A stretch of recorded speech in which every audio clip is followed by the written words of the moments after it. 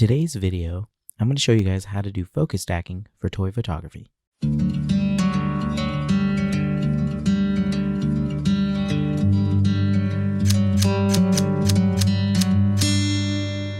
Hello and welcome to another toy photography tutorial. In today's tutorial, we're going to be going over a technique called focus stacking. For those who don't know what focus stacking is, it's basically a technique where you take a bunch of different photos at different focal points. Now, this is great for things like macro photography, as macro photography has a very shallow depth of field. So when you combine those different photos at the different focal points, you can extend that depth of field and get more things in focus. Now, focus stacking is primarily done in Photoshop, but in order to get the right images, we have to know how to shoot the photos to get them to stack correctly. So in today's video, I'm going to show you how to shoot those images.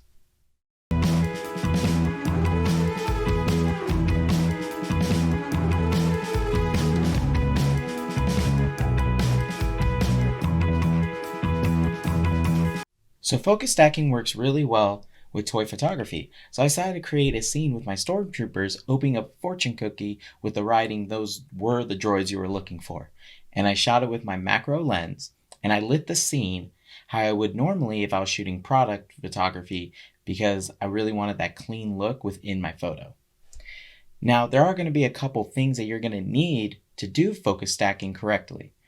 One is a tripod. You absolutely need a tripod for focus stacking because you do not want the camera to move while you're taking the different images, because then it will mess up the stack when you go ahead and put those photos into Photoshop.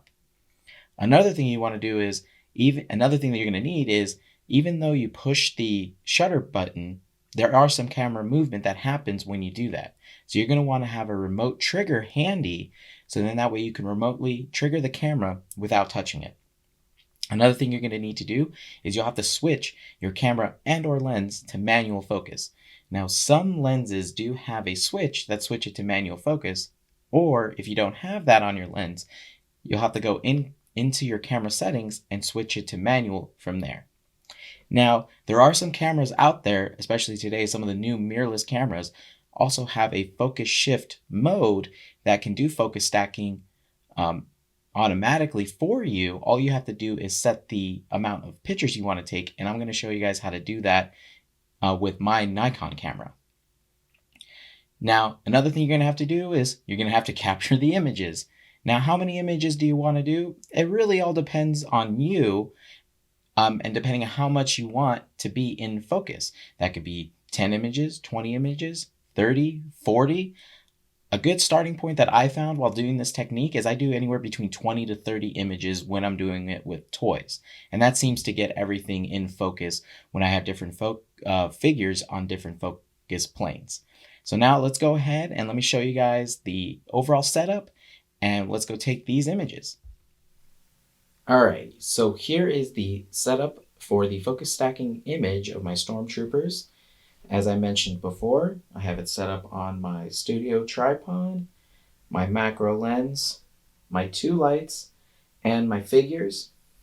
So as I was saying before, is on your camera, some lenses have a switch where you can switch from manual to automatic. So we want to make sure for the focus stacking image that we switch that into manual. So let's go ahead and let's turn on our camera.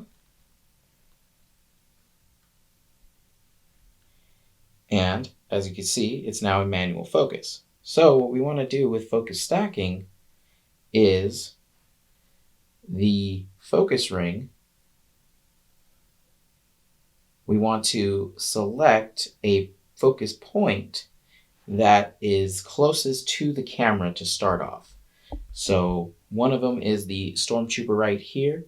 Now the best way to do this is to zoom in on the image itself, and you can then adjust the focus until it's sharp.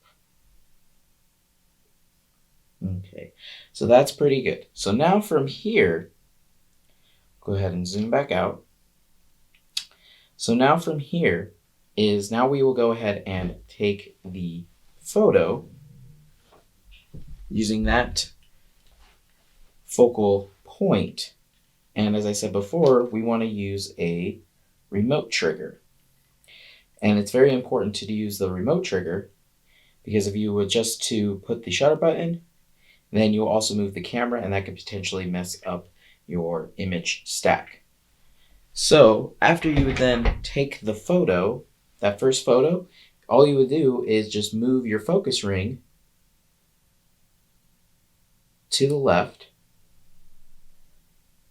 just a little bit and you would take another photo. Then from there you would do it again and again. And that's really it. And you would do that for as many photos as you need for your focus stack. Now, as I said before, some cameras are equipped where you can keep your lens in autofocus. Some are equipped with a focus shift shooting. So now what we could do is here, you could just put the number of shots, the focus step width, which is usually just 1, the time in between each shot, and everything else you would want off. And then from here, see, so I just selected 30 images, and then you would just hit start, and the camera would automatically take those images for you. And that is really it on how you actually then take the photos for your focus image stack. So let's go ahead. I'm going to go ahead and turn that off, plug in my remote trigger, and I'm going to take my photos. So now that we're done taking all of our photos, we are now ready to bring all of those photos into the computer and using Photoshop and Lightroom to stack them into one final image. But since there's a lot of information to be given about focus stacking, I decided to break this video into 2 different parts. One part being the actual taking of the photos and explaining what focus stacking is, and then the second one for the editing in Lightroom and Photoshop to construct the final image. Well, that's going to do it for today's video. If you liked it and found it helpful, please give it a like and subscribe for more toy photography tutorials. Also, all the gear that I used for the focus stacking image will be linked down in the description below so you guys can go check it out, along with a link to my website if you guys would like to look at some more of my photography work. Well, I'm Brent England with Brent England Photography. Thanks for watching, keep taking photos, and I'll see you guys in the next one.